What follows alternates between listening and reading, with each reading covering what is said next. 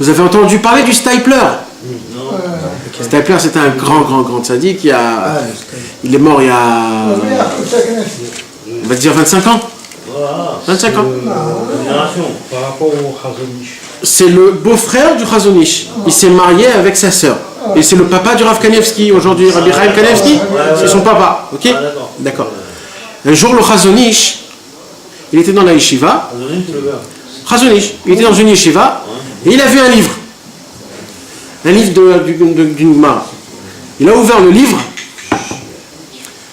et il voit un livre exceptionnel de folie. Et il dit, qu'est-ce qui a écrit ce livre? On lui dit, c'est le Stapler. Ah bon, quel âge il a? 18 ans. 18 ans.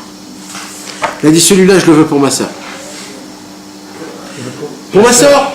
Ma soeur, elle est pas mariée, et lui, il n'est pas marié, je veux qu'il se marie. Où il est là-bas, il a pris le train, il a commencé à voyager chez le Stapler. Maintenant, le Stapler, mes amis, il avait la coutume d'étudier 36 heures d'affilée. C'est-à-dire, il étudiait le jour, toute la nuit, et toute la journée d'après, et après, il dormait toute la nuit. Mais il faisait jour, nuit, jour, d'affilée. Tout le temps, il faisait comme ça. Jour, nuit, jour, il dormait la nuit. Jour, nuit, jour, il dormait la nuit, comme ça, d'affilée, 36 heures. Et le Chazonish, il vient, il lui parle, etc.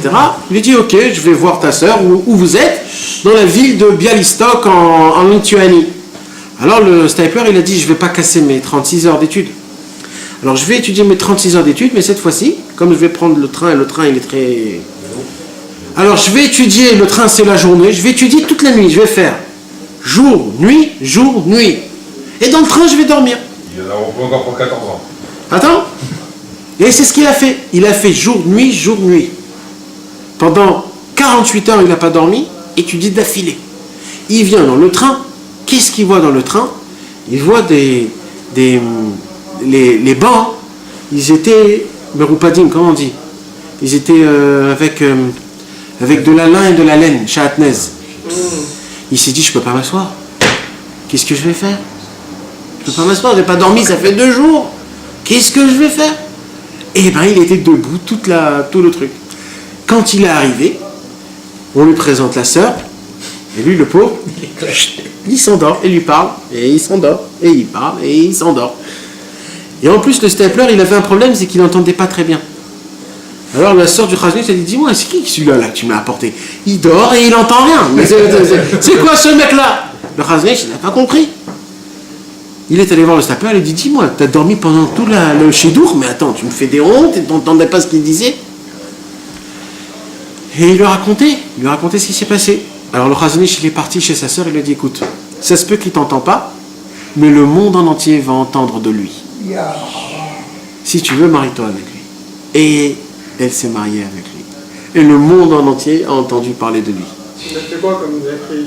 C'est quoi ces sottes Non, lui il n'a pas écrit des sottes. Lui il a écrit de la halacha surtout. Sur la halacha, dans la Gemara, etc.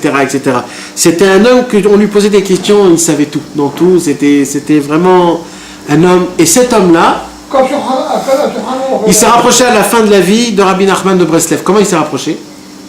Il a commencé à étudier le Likutei Moharan et tous les jours il étudiait une page de Likutei Moharan. Et il disait comme ça que le jour où j'étudie pas le Likutei Moharan, je sens que je descends de niveau. Je descends de niveau.